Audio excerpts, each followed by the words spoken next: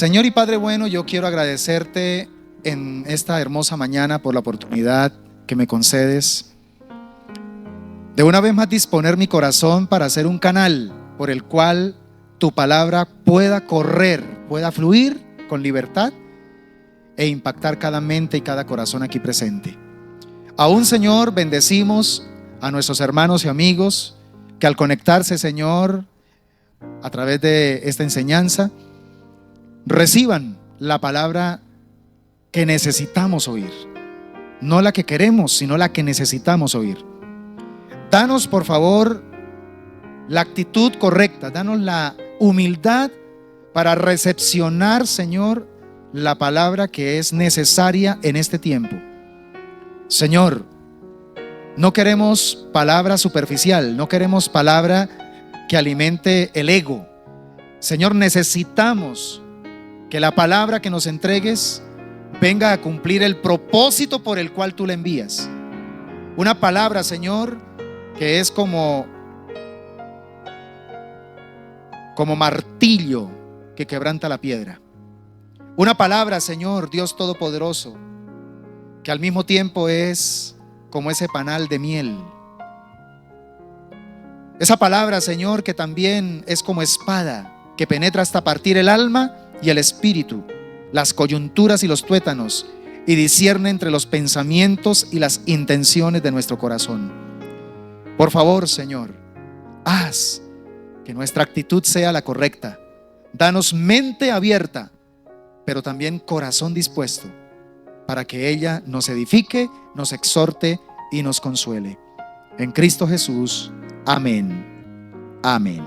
Gloria a Dios. Amados hermanos, vamos a instruirnos a través de la palabra. Yo les he venido diciendo en los últimos días que estoy muy emocionado por el enfoque de palabra que vamos a estar recibiendo el año entrante a través de sermones expositivos. Vamos a estar estudiando la carta a los Gálatas, y si nos queda tiempito continuaremos entonces con la carta a los Romanos, y si no nos alcanza el año, pues continuaremos el siguiente año estudiando la carta a los Romanos. Son dos cartas supremamente importantes para que revisemos, a la luz de la revelación escritural, revisemos qué clase de evangelio estamos nosotros creyendo, ¿sí? ¿Qué clase de evangelio estamos nosotros creyendo? Es tan delicado este tema que dice la palabra en Gálatas que si aún un ángel del cielo desciende y empieza a hablar un evangelio diferente al que ha sido proclamado por nuestro Señor Jesucristo, sea anatema, o sea maldito, porque es muy delicado, mis hermanos. El viernes tuve la oportunidad de hablarle a los estudiantes de instituto sobre el ministerio de la enseñanza y tomábamos como referencia Santiago 3:1. Usted lo puede leer allí en su Biblia, Santiago 3:1, y especialmente en la Nueva Traducción Viviente me gusta cómo lo dice. Dice que muchos de nosotros no deberíamos desear ser maestros, porque el maestro va a ser juzgado de una manera más estricta, ¿sí? Va a tener mayor responsabilidad de juicio delante de Dios, porque al maestro Dios le da el privilegio de tener la claridad del conocimiento de la verdad y tiene la responsabilidad de transmitirlo. Y estos son tiempos, mis hermanos, donde como está abundando una comezón de oír, la gente quiere oír, la gente está necesitada de oír. Entonces el enemigo se aprovecha para que entonces con esa necesidad de oír se esté transmitiendo cualquier cantidad de información que está muy desfasada de la sana doctrina. Ahora bien, en esta mañana yo quiero hablar sobre un cristianismo tibio, para que nos revisemos, mis hermanos, cómo se encuentra nuestro cristianismo, el que practicamos, el que vivimos, el que experienciamos a diario. ¿Será un cristianismo auténtico o de pronto estamos entibiándonos? Llamémoslo así. Y para esto quiero que tomemos un pasaje de la Escritura, Apocalipsis capítulo 3, 14 al 22. Apocalipsis 3, 14 al 22. El mensaje que está allí enviado de parte de nuestro Señor Jesucristo al ángel, es decir, al pastor de la iglesia de Laodicea. Recuerde que la palabra ángel significa también mensajero. Entonces, al mensajero que Dios ha puesto en la iglesia de Laodicea, ese mensaje es un mensaje tan actual para esta iglesia, para la iglesia de este tiempo, que debemos prestarle suma atención. Apocalipsis 3, 14 al 22 en la Reina Valera 1960 dice lo siguiente. Siga por favor conmigo la lectura en su Biblia. Y escribe al ángel de la iglesia en Laodicea: he aquí el amén, el testigo fiel y verdadero, el principio de la creación de Dios dice esto. Note cuál es el calificativo que se da a Jesucristo para dirigirse con su mensaje al ángel de esta iglesia. Él se revela como el amén. Diga conmigo, amén. Cuando usted dice amén, lo he enseñado en otras prédicas, lo que usted está prácticamente diciendo es: el Dios de verdad lo ha dicho. Cuando usted dice amén, está ratificando que eso que usted está escuchando es Dios, el Dios de verdad, quien lo ha dicho. Por eso tenga cuidado cuando alguien le dice amén y usted dice amén, ¿sí? Diga amén cuando está seguro de que lo que está a punto de confirmar es Dios quien lo ha dicho. Amén.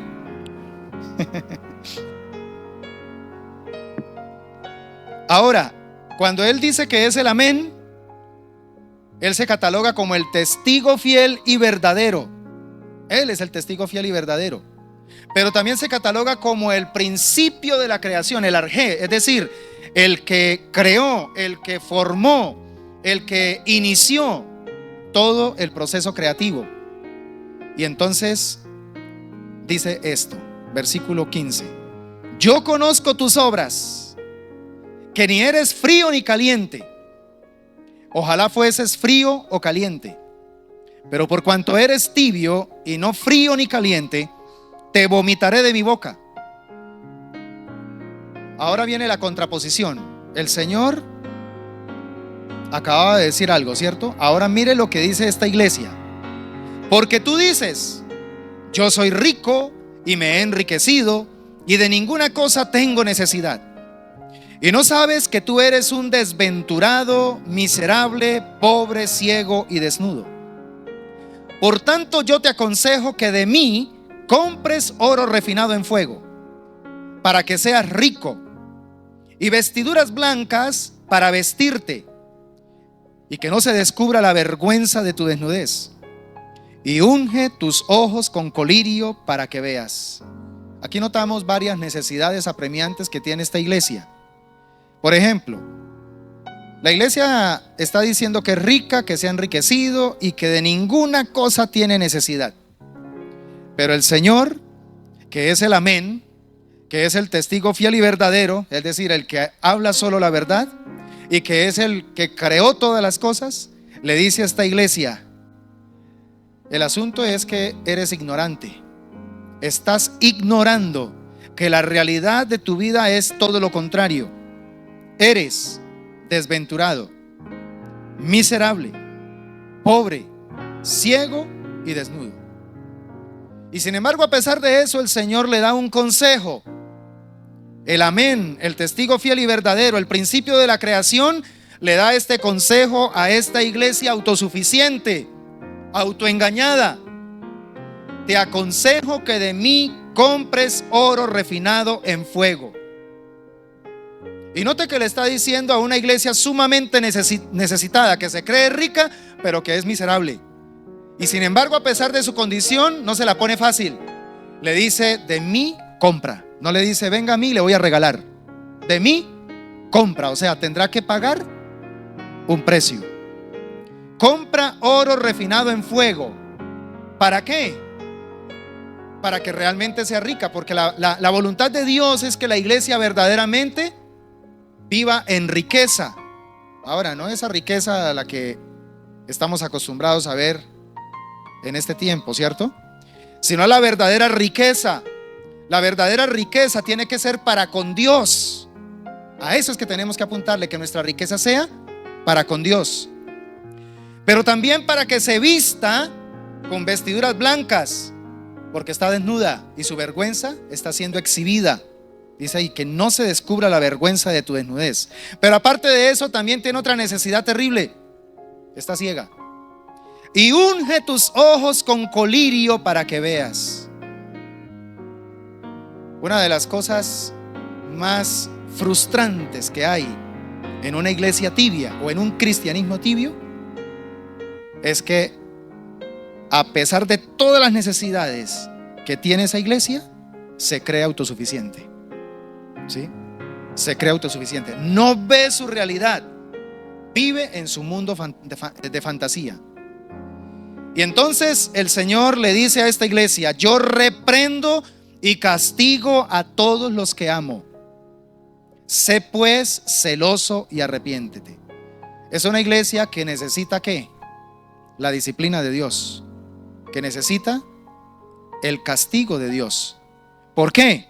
Por una razón: porque la ama. Amén. Ese amén sonó un poquito. Yo reprendo y castigo a todos los que amo. Sé pues celoso y arrepiéntete.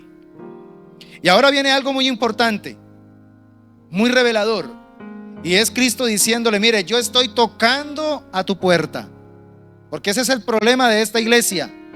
Una iglesia que perdió la intimidad con su Dios. Una iglesia que se enfocó fue en sí misma, que hizo de sus necesidades su Dios y apartó al verdadero Dios de sí misma. Y entonces el Señor le dice: yo estoy a la puerta y llamo. Si alguno oye mi voz. Esta es la iglesia que necesita volver ¿a qué? A oír la voz de ¿quién? De Dios. Pero aparte de oír la voz de Dios, tiene que dar otro paso: abrir la puerta, porque no es suficiente solo con oír, necesitamos obedecer eso que estamos oyendo. Y entonces el resultado va a ser que Dios va a entrar a él y cenará con él y él conmigo, dice la palabra. O sea, se va a restablecer lo que se perdió, la comunión. Una iglesia tibia es una iglesia que perdió la comunión. Y la comunión es lo más valioso que nosotros debemos cuidar después de la salvación. Y dice: al que venciere. Mire, de todos los premios, porque Dios es un Dios que recompensa, que premia. De todos los premios que usted puede leer en las 7 iglesias de Apocalipsis, este es el más maravilloso. Y se lo va a entregar a la iglesia que se arrepienta de su tibieza. Al que venciere, le daré que se siente conmigo en mi trono. Wow. ¿A cuánto les gustaría tener esa experiencia? Sentarse al lado de Jesucristo en su trono. Y así como yo he vencido y me he sentado con mi Padre en su trono. El que tiene oído, oiga lo que el Espíritu dice a las iglesias.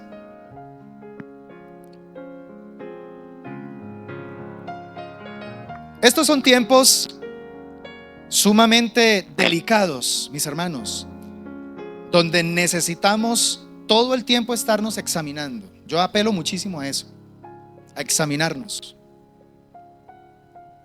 ¿Por qué hago lo que hago? ¿Por qué creo lo que creo? ¿Por qué digo lo que digo? ¿Cierto? ¿Por qué actúo como actúo?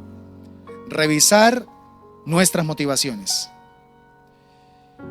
Una iglesia que vive en un cristianismo tibio es una iglesia cuya posición frente a la verdad lamentablemente no es firme.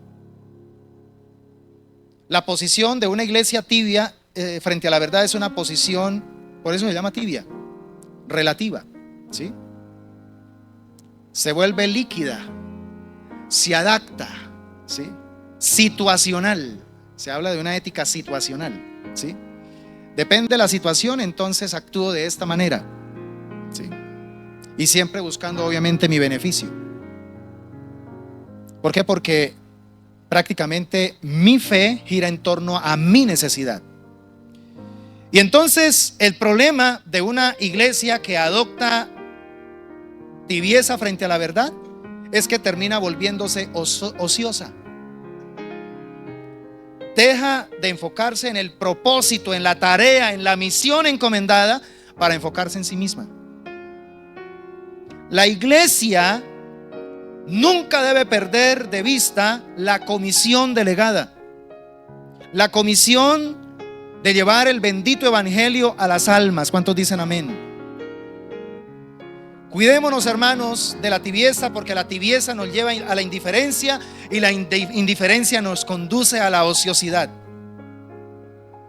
Y esto es tan delicado porque cuando caemos en un estado donde no queremos hacer nada para Cristo, entonces endurecemos nuestro corazón.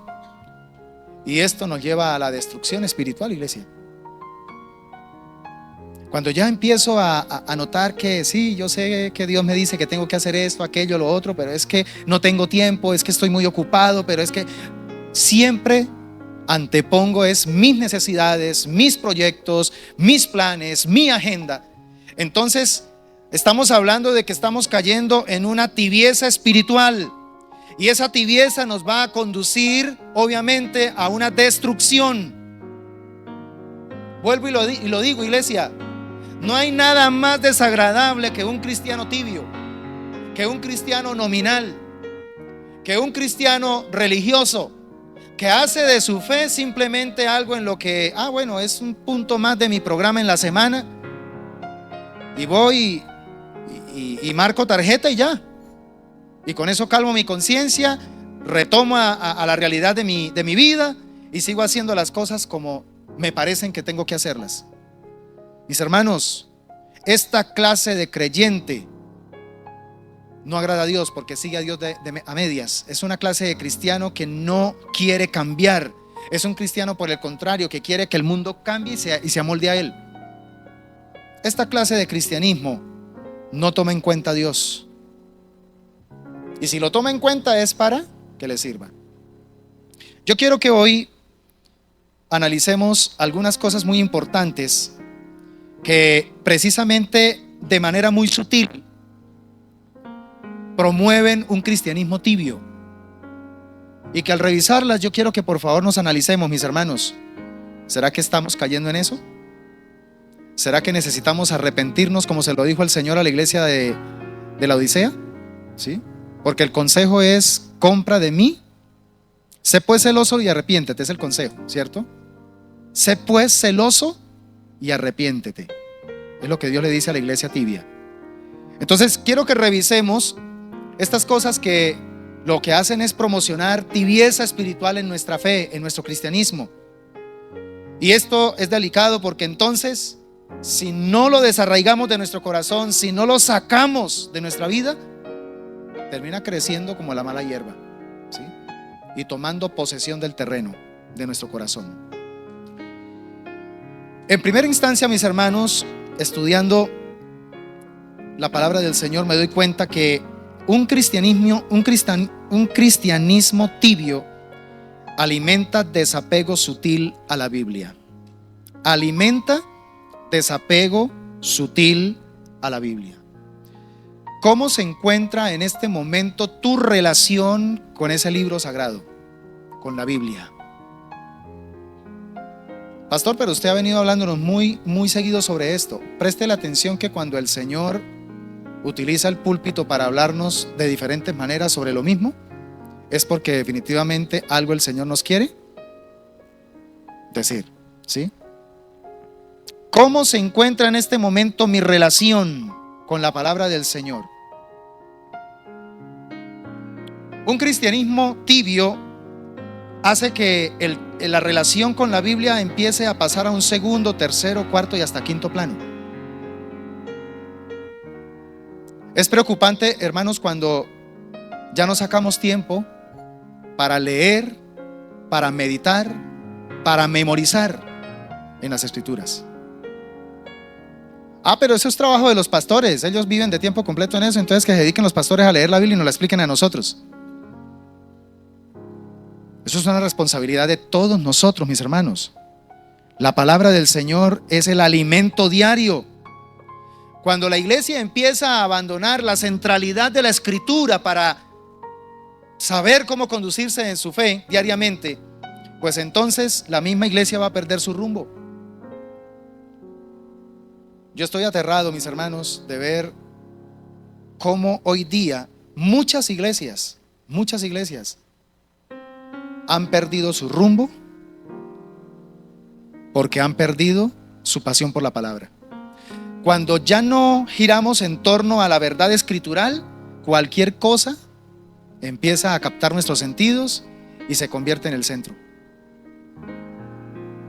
Y hay muchos cultos que se están haciendo en este momento, en un día como hoy, donde verdaderamente Cristo no es el centro, donde lo que es el centro es un personaje, donde es el centro de pronto es un show, donde lo que es el centro es un programa.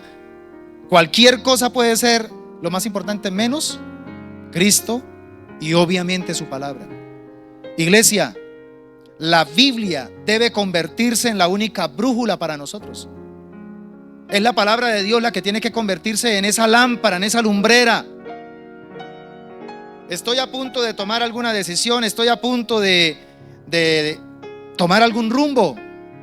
Tengo que ir a la palabra, consultar la palabra.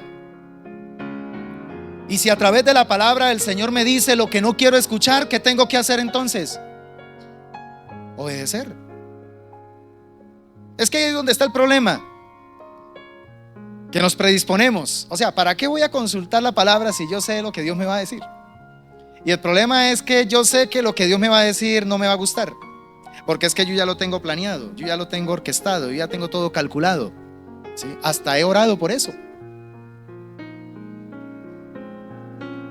¿Cuántos planes nuestros deberían echarse a perder si consultáramos la palabra? Para que se activen los planes de Dios, para que se active el propósito de Dios en nuestra vida.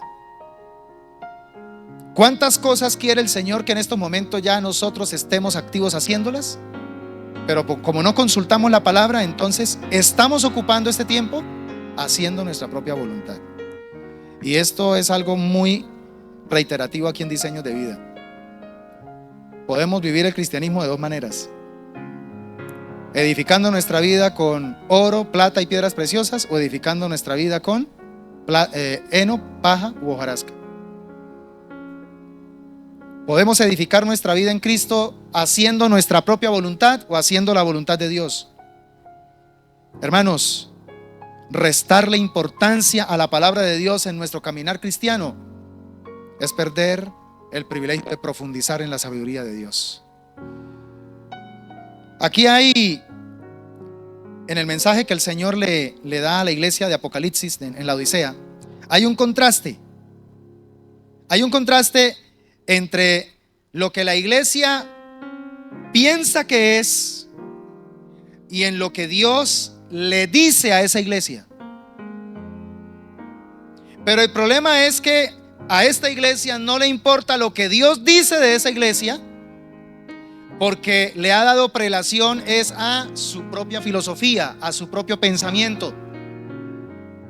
Por eso el consejo que Dios le da en el versículo 20 es: si alguno oye mi voz.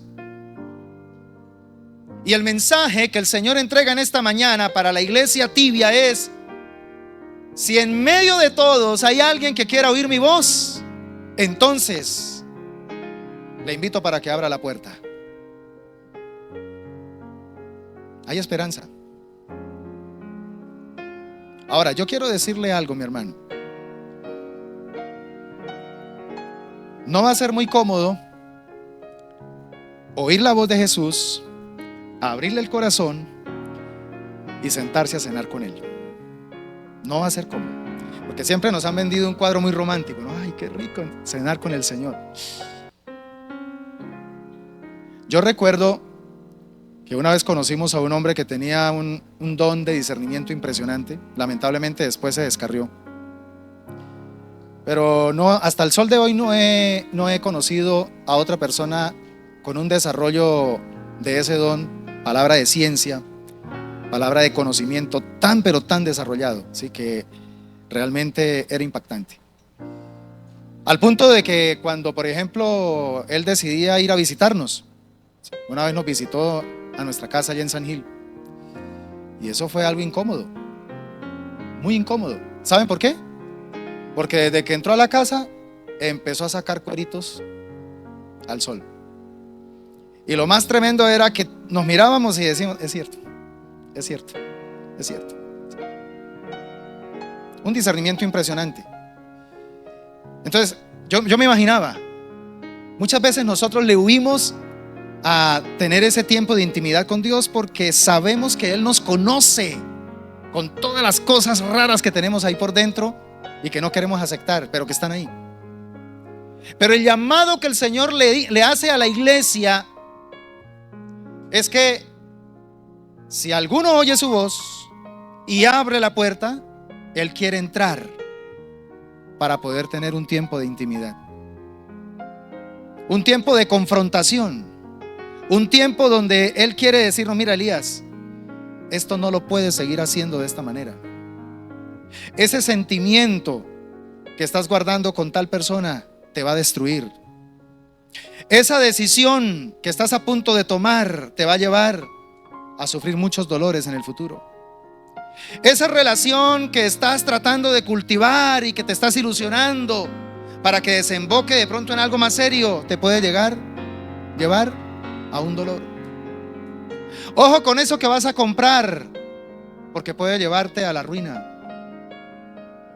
Entonces no va a ser cómodo. Usted puede imaginarse esta clase de iglesia sentándose a la mesa a cenar con Jesús. Yo no creo que Jesús se va a sentar a la mesa y decir, ay, tan linda, hermosa, ¿sí? Por fin me dejaste entrar y por fin vamos a poder pasar un tiempo aquí compartiendo. ¿Cómo te has sentido? ¿Cómo te ha ido? No. Esa cena es para que Jesús le diga, mira, te vengo a decir algo que no es bueno, no es bonito ni agradable. Eres una miserable. Estás desnuda, pobre. Pero ¿sabe cuál es el problema más grande de todo esto? Es que tú crees lo contrario. Te crees lo contrario. O sea, ya te puedes imaginar la clase de conversación romántica, ¿cierto? Pero es que el Señor es realista, si alguno. Porque Él sabe que no todos van a querer, en esa tibieza espiritual, no todos van a querer oír la voz de Jesús. Y es la realidad de este tiempo. Porque hoy estamos acostumbrados es a que, sí, vamos a escuchar palabra, pero la palabra que queremos escuchar, ¿sí? Que nos digan esa clase de prédicas que nos alimentan aquí algo por dentro, que nos hacen sentir que somos superhombres, ¿sí? Que somos, wow, que tenemos un potencial donde podemos llegar a ser como Dios. Esa es la clase de palabra que hoy, ¿cómo se llama? Capta multitudes. Sí. Pero es la palabra que va a terminar destruyendo a muchas almas. Iglesia, cuando un sermón no se centra en la palabra, pues entonces no hay esperanza de que se venzan fortalezas mentales. La única manera de poder cambiar esto que hay acá, que es tan fuerte, es a través de la verdad de la palabra. Y muchas veces esa verdad va a entrar como una espada cortante o como un martillo aplastante.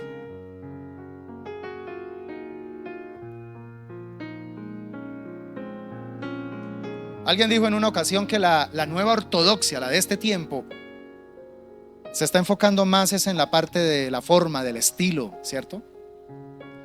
Se está enfocando más es en lo externo. Y es cierto, porque la ortodoxia de este tiempo tiene tres énfasis: el yo, lo natural y las emociones. El yo centrado en el ser humano, eso se llama humanismo. Lo natural, he estado haciendo un estudio en estas últimas semanas de todas las teologías de corte liberal, hermanos, y todas apuntan a lo mismo. Están quitando de entrada el sobrenaturalismo. O sea, eso, cualquier cosa que encontremos en la Biblia y que tenga sabor o que tenga de pronto olor a sobrenatural, hay que quitar eso. Y entonces se argumenta una cantidad de racionalismos para decir, no, es que definitivamente eso no ocurrió de esa manera. No es que Dios hubiera abierto el mar rojo en dos y que el pueblo pasó en seco. No es que Dios fue el que trajo los animales en parejas y los entró al arca de Noé. No es que ese es un cuento de hadas que Jonás se lo comió un gran pez. Otros, en el caso por ejemplo de Jesús, dicen, no es que Jesús haya multiplicado los panes y los peces. No se estaba refiriendo a eso, era una forma simbólica para decir que el Señor estaba en ese momento entregando el alimento espiritual que la gente realmente necesitaba.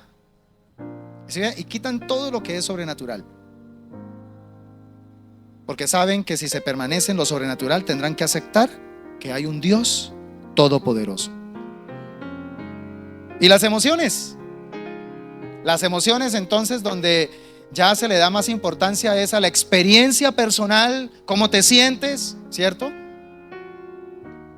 Y entonces tienes que someter la verdad escritural es a una experiencia personal. Y si la experiencia personal que estás teniendo no se adapta a la Biblia, pues entonces lo que aquí no sirve es la Biblia.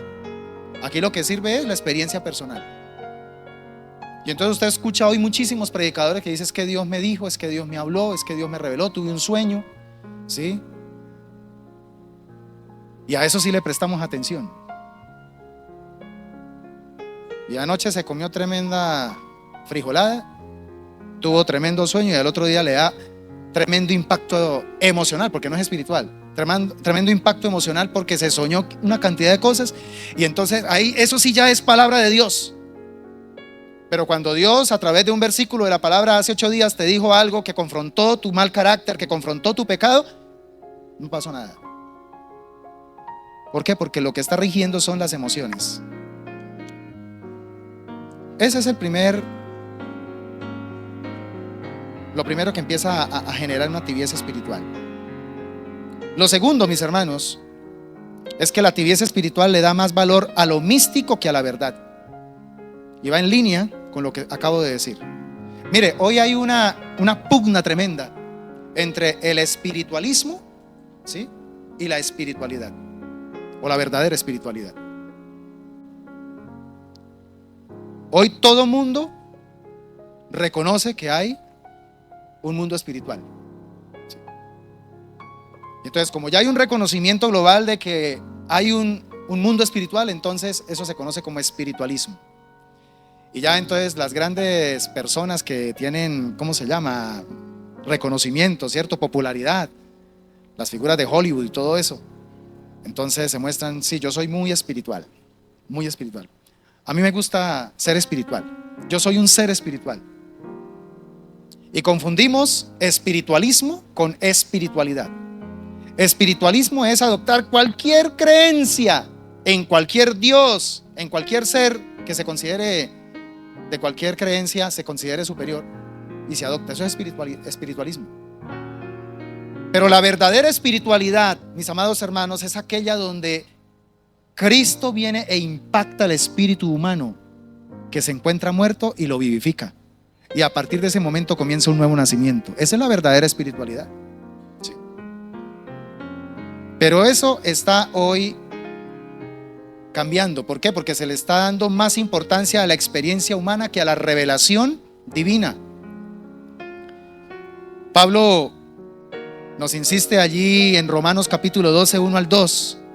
Nos insiste en el tema de la renovación de nuestra mente. Él dice: por lo tanto, amados hermanos, les ruego que entreguen su cuerpo a Dios por todo lo que Él ha hecho a favor de ustedes, que sean un sacrificio vivo y santo, la clase de sacrificio que a Él le agrada. Esa es la verdadera forma de adorarlo. No imiten las conductas ni las costumbres de este mundo, más bien dejen que Dios los transforme en personas nuevas al cambiarles la manera de pensar. Entonces aprenderán a conocer la voluntad de Dios para ustedes, la cual es buena, agradable y perfecta. Hermanos, no cambiemos la verdad por lo místico. La verdad de Dios se encuentra revelada en las Escrituras. Tenemos que volver a la revelación escritural. Tenemos que volver a colocar como base de nuestra fe no nuestras experiencias personales, sino lo que dice la palabra del Señor. Nuestras experiencias pueden ser cambiantes, pero la palabra del Señor permanece para siempre. Aún, por ejemplo, en un contexto como estos, mis hermanos, es tan importante que usted use esto, ¿sí? Razones sobre lo que el pastor Elías está diciendo. No diga a todo amén, amén, amén, ¿sí? Escudriñe, analice. El Espíritu de Dios está en ti. La unción está sobre tu vida. El Espíritu Santo te enseña, te confirma. Pero una vez el Espíritu Santo te confirme, ajá, lo que el pastor dijo es cierto, entonces aplíquelo. Hay algo que dijo el pastor que no me convence mucho. Ore y juzgue eso a la luz de la palabra y pídale que el Espíritu Santo le dé una convicción al respecto. ¿Estamos de acuerdo, iglesia? Entonces, darle más valor a lo místico que a la verdad nos pone en un riesgo. ¿Por qué? Porque entonces la verdad deja de ser el baluarte que nosotros deberíamos enalbordar. La Biblia dice que la iglesia es columna y baluarte de la verdad, y es lo que nosotros tenemos que proclamar. Tercero, un cristianismo tibio naufraga en un mar de información sin formación. ¿Lo entendió? Navega en un mar naufraga en un mar de información, pero sin formación. Hace unos años, yo llevo ya más de 2 décadas predicando, puedo notar la diferencia, donde uno cuando preparaba sermones y todo, y uno sabía que muchas de las cosas que iba uno a decir eran realmente novedosas, y para poder corroborarlas tocaba buscar estrategias para poder corroborar si lo que el pastor estaba diciendo en cuanto a algún dato o algo era cierto o no era cierto. Hoy no, mientras yo estoy hablando, usted, y si yo doy algún dato, usted puede en internet ir corroborando a ver si el pastor está diciendo es cierto o no es cierto. ¿Por qué? Porque estamos en un tiempo donde ya ahora todos podemos navegar en la información. Hay un mar de información. Pero el asunto, mis hermanos, es que estamos careciendo de formación. Hoy ya todo mundo es teólogo. ¿No han notado ustedes eso en las redes sociales? Todo el mundo ya habla como si fuera un teólogo de 30, 50 años de estudio académico, teológico. Dice, no, es que las cosas son así, y mucho de lo que se escribe por ahí es copia y pega, ¿cierto?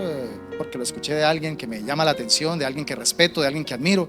Entonces, pues si lo dice él, pues yo también lo voy a decir. Y adoptamos entonces conceptos. Pero muchas veces esa información no está generando en nosotros una formación. Ahora, el cristianismo tibio genera un problema delicado en la iglesia de hoy, y es que está llevando prácticamente al abismo una cantidad de gente que cree que lo sabe todo, pero tiene una pobreza terrible en cuanto a su carácter. Eso no pasa aquí en Diseño de Vida, mis hermanos, tranquilos. Estoy mirando afuera. Una pobreza de carácter. Y uno debería pensar, bueno, pero ahora que tenemos mayor acceso a tanta información y a buena información, pues con mayor razón deberíamos formarnos más. Ahora que hay tanto y excelente material, por ejemplo, para los matrimonios, pues deberían haber mejores matrimonios. Ahora que hay tan excelente material para ayudar a los padres a criar a sus hijos, pues debería haber entonces mejores hijos criados, ¿cierto? Ahora que hay tan excelente material para saber administrar las finanzas, pues debería haber más libertad financiera. Ahora que hay tanto material buenísimo para poder profundizar en nuestra intimidad con Dios, en nuestro crecimiento con el Señor, pues deberíamos ser cristianos de mayor profundidad. Y resulta que eso no está pasando. ¿Por qué, hermanos? Porque nos quedamos en la información, pero le huimos a la formación. A la formación. Y otra vez, ¿por qué? Porque no queremos ser confrontados con lo que sabemos que tenemos que ser confrontados. Segunda Timoteo 2:2 dice: lo que has oído de mí ante muchos testigos, esto encarga a hombres fieles que sean idóneos para enseñar también a otros. Esa es una de las razones, mis hermanos, por las que vamos a enfocarnos en el próximo año, a partir del próximo año, en la cultura del discipulado. Porque necesitamos formarnos. Esa formación no solamente de estar recibiendo información, sino esa formación donde en la práctica de la vida, en la praxis de la vida, ¿sí?, vamos a tomar los principios de la palabra y los vamos a aplicar allá, en la relación matrimonial, en la relación con los hijos, en los compañeros de trabajo, ¿sí?, en el vecindario, en el tema de las finanzas, en el tema relacional. Bueno, en todo eso vamos a empezar a generar formación, porque necesitamos una iglesia ataviada, o Cristo viene por una iglesia ataviada, bien preparada, bien formada, que verdaderamente ame al Señor por encima de todas las cosas. Y en cuarto lugar, mis hermanos, un cristianismo tibio se deja influenciar más por la estética que por la ética. Se deja influenciar más por la estética que por la ética. Parece ser que hoy hay más preocupación por ser aceptados ante el mundo que por ser aprobados por Dios. La iglesia debe buscar la aprobación ¿de quién? De Dios, ¿cierto? Ese afán que se está dando hoy a nivel general por ser aceptados por el mundo, porque nos acepten, ¿sí? Y entonces lo barnizamos con el argumento de que es que tenemos que ser estratégicos para poder ganar las almas. Sí, yo sé que hay que ser estratégicos, pero el problema es que a veces en ese proceso de ser estratégicos terminamos convirtiéndonos a ellos y no ellos a nosotros. Sí. Y ahí es donde, mis hermanos, empezamos a fallar,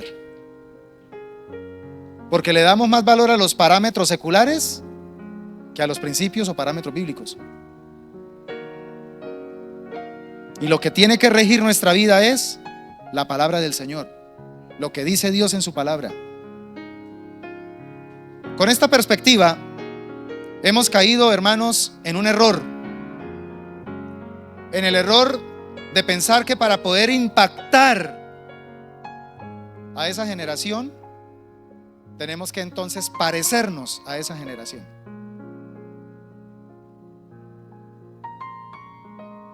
Y yo he tenido mis debates con colegas, y fuertes debates con esto.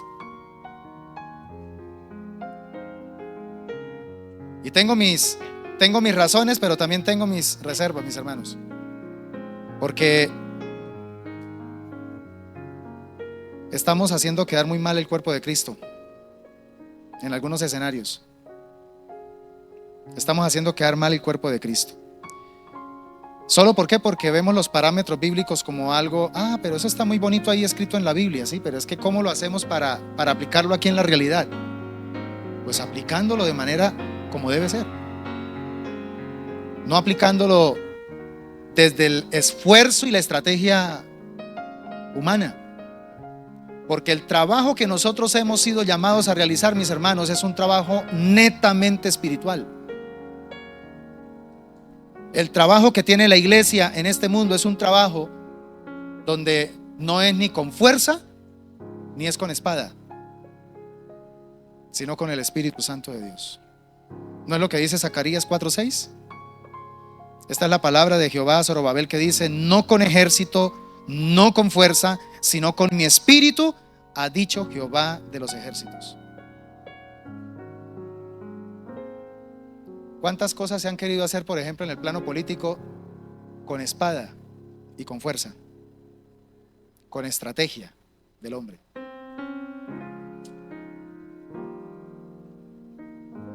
Y muy bien intencionados, pero después terminan colocando en ridículo el nombre de Cristo, solamente para que los enemigos terminen riéndose y burlándose. ¿Sí? Hermanos, a la iglesia se nos olvida que la tarea que tenemos aquí es espiritual. Aquí no estamos peleando contra Petro, y discúlpeme que sea directo, sí, porque es que la hemos cogido directamente, es contra la carne y la sangre. Pero se nos ha olvidado que nuestra lucha es contra quién.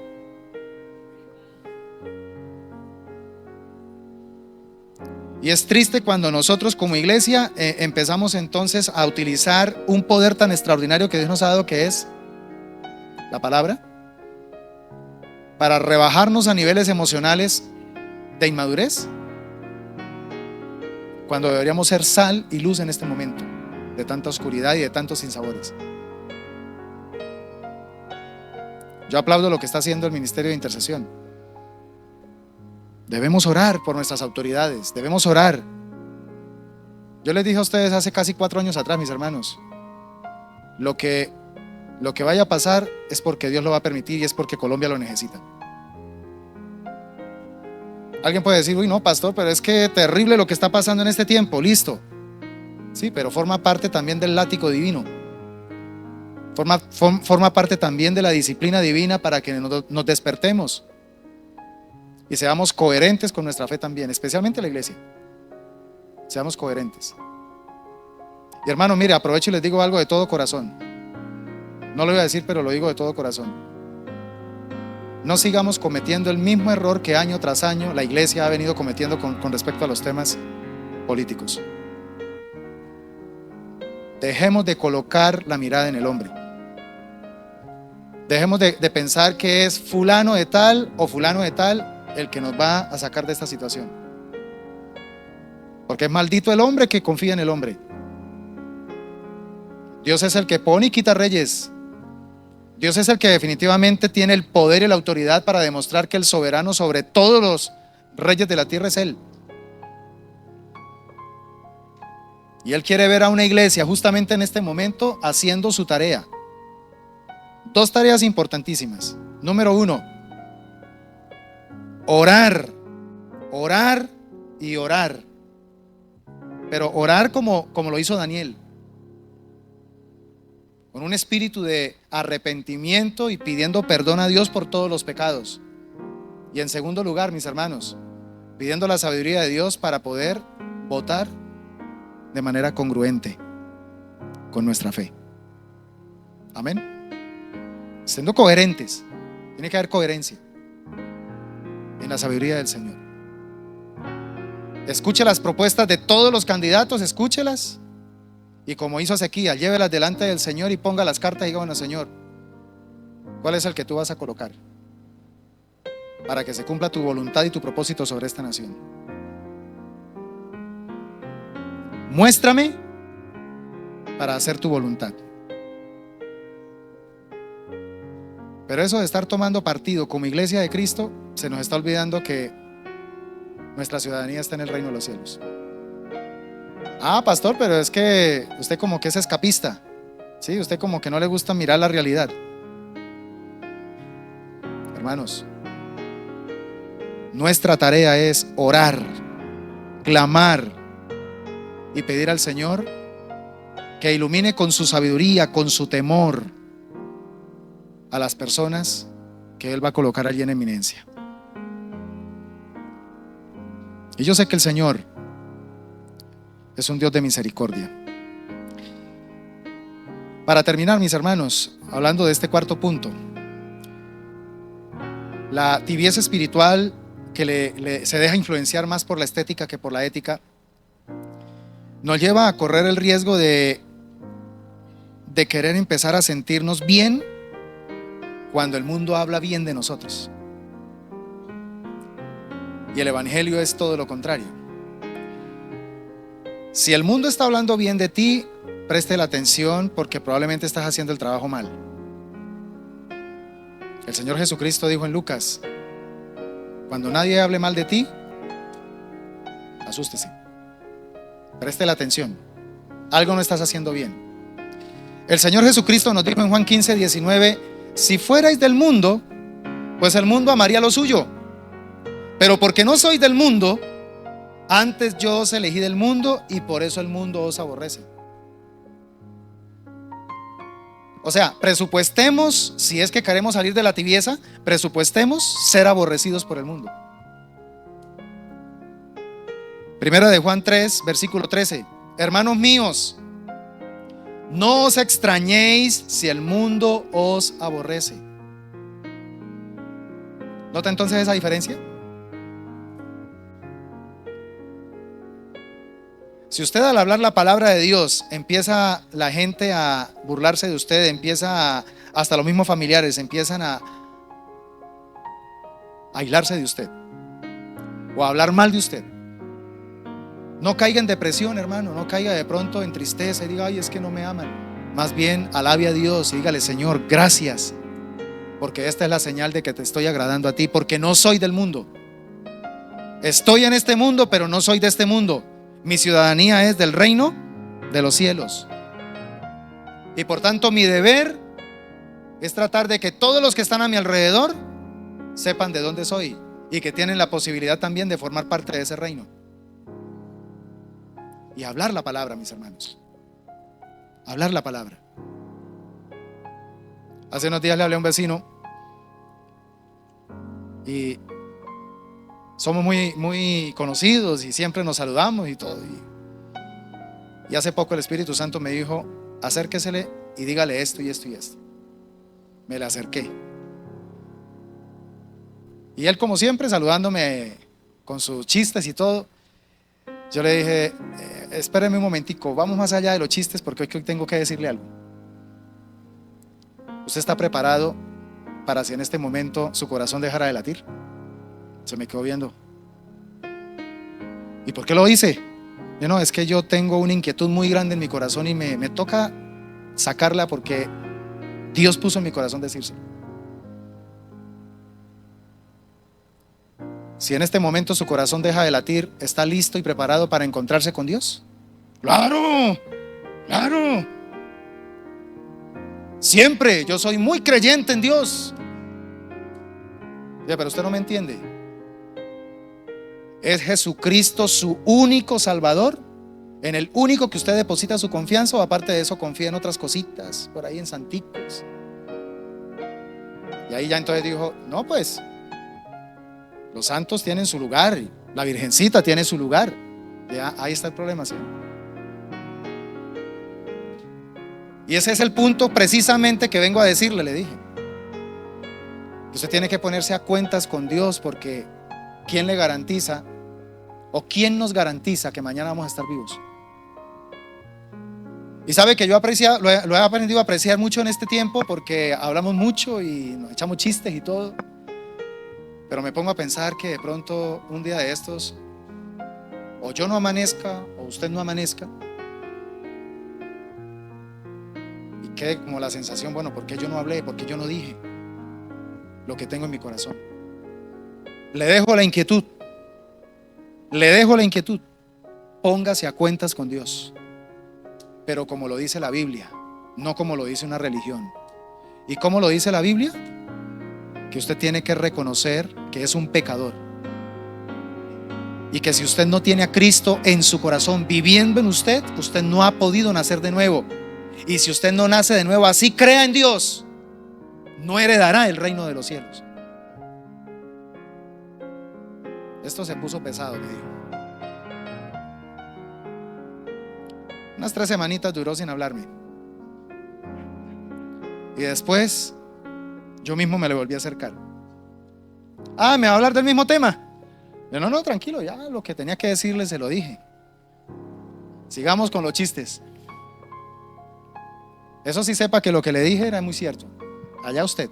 Yo ya salvé mi responsabilidad. Yo soy pastor y yo tengo una responsabilidad, y es proclamar la verdad. Y sabe que a partir de ese momento el hombre, ya después de eso, ahora cuando hablamos y todo, el hombre se me acerca, especialmente cuando estoy haciendo ejercicio. Busca a veces momentos. Y a veces él busca hablarme, me conversa. Y estoy orando al Señor por esa alma, pidiéndole al Señor que me conceda poder tener el privilegio de verlo también allá en el cielo, para seguir echando chistes y poder gozarnos en la presencia del Señor. No antepongamos que es más importante tener paz con esa persona. Y aplique esto sobre todo con su familia. Que lo aborrezcan, pero que el día de mañana, por la gracia y la misericordia de Dios, esa palabra que le dijiste en un momento firme hizo efecto, produjo un fruto de transformación, y después en la eternidad pueda decirle: mira, quiero decirte que estoy aquí porque un día fuiste sincero. Sí. Le diste más importancia no a nuestra relación familiar, sino a la relación eterna. Y por eso te lo agradezco. Y tenemos que volver a entender eso, mis hermanos, porque hoy se nos ha camuflado dentro del mismo cuerpo de Cristo esa tendencia de que no, lo más importante es que tengamos paz, vivamos en paz y en armonía. Pero ¿qué dijo el Señor? Yo vine a traer ¿qué? A poner a la suegra ¿contra quién? Contra la nuera, al padre contra el hijo contra la madre. A eso vino el Señor. Ahora, eso no significa que usted entonces va a llegar ahora a hacer allá un conflicto. El pastor dijo que no importa si ustedes se ponen bravos. Vengo a decirles que todos ustedes están listos para irse al infierno. ¿Me entienden lo que trato de decirles, verdad, hermanos? Hay que orar primero y: Señor, regálame el momento tuyo para plantar esa semilla, porque acuérdese que lo que nosotros plantamos es la semilla del evangelio. Somos sembradores.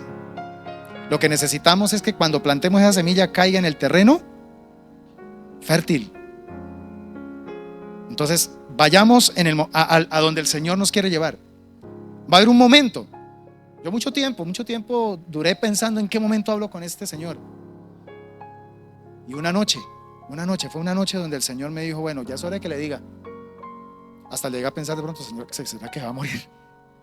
Pero fue una inquietud tan fuerte: háblele, dígale, es urgente. El Espíritu Santo va a colocar en usted ese deseo, esa necesidad, esa urgencia. Por favor, hágalo, obedezca. Así se le ponga bravo, así le diga: hasta aquí llegamos, usted va a cumplir con la misión divina y después el Señor lo va a honrar. ¿Estamos de acuerdo, iglesia? Entonces, ¿cuáles son las 4 características de un cristianismo tibio? Número 1, alimenta desapego sutil a la Biblia, ¿cierto? Número 2, le da más valor a lo místico que a la verdad. Número 3, naufraga en un mar de información sin formación. Y número 4, se deja influenciar más por la estética que por la ética, ¿sí? Aquí lo que importa es que aparezcamos bonitos y aceptables ante los demás. No importa si toca de pronto vender los principios éticos. Iglesia, cuidémonos de humanizar lo divino. Cuidémonos de popularizar lo que es sagrado. Démosle valor realmente a lo que Dios hizo por nosotros, porque si hay algo supremamente digno de exaltación, de honor, de honra y de alabanza, es la obra de Cristo en el Calvario. De lo contrario, mis hermanos, un cristianismo tibio es lo que comúnmente llamaríamos en el argot cristiano mundanalidad. Y de eso sí que se ha metido en la iglesia: mundanalidad. Así que ataquemos de raíz estas causas que producen tibieza en nuestro corazón y volvamos a depender del Espíritu Santo para poder enriquecer nuestra espiritualidad y compartirla con poder a los demás. Padre, yo te agradezco por la palabra que hoy nos has entregado. No es cómodo recibir una palabra de este enfoque, y no es fácil cuando tú nos invitas a sabiendas de lo que somos, pero que no lo queremos aceptar. No es fácil, Señor, aceptar una invitación a cenar contigo, porque muy seguramente en esa cena no voy a escuchar cosas que me agraden, cosas que de pronto me gusten. Por el contrario, voy a tener que ser confrontado con cosas que sé que estoy mal y que sé que tengo que cambiar y sé que tengo que dejar, pero me cuestan tanto porque me he acostumbrado a ellas, porque las estoy apabullando, las estoy cultivando, porque de una u otra manera me producen ciertos beneficios para mi carne, para mi ego, para mi estabilidad. Señor, el llamado que tú nos haces en este tiempo es: sé pues celoso y arrepiéntete. Ese es el llamado de la enseñanza de este día. Necesitamos volver a ese celo del primer amor. Volver nuevamente a arrepentirnos como lo hacíamos en los primeros tiempos, donde tenemos esa facultad de poder definir claramente lo que es pecado y lo que no es pecado. Y al definirlo claramente, entonces decidimos apartarnos de aquello que sabemos que es pecado y abrazar aquello que honra y glorifica a Dios. Señor, estos son tiempos donde como iglesia necesitamos reflexionar profundamente en nuestros caminos. Reflexionar profundamente en nuestros caminos.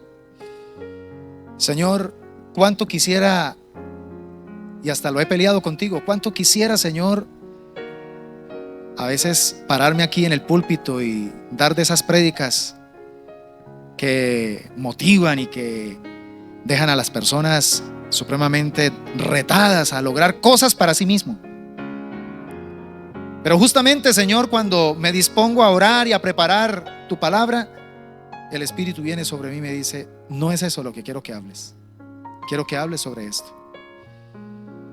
Y a veces me siento, Señor, como Jeremías. A veces me siento así, Señor.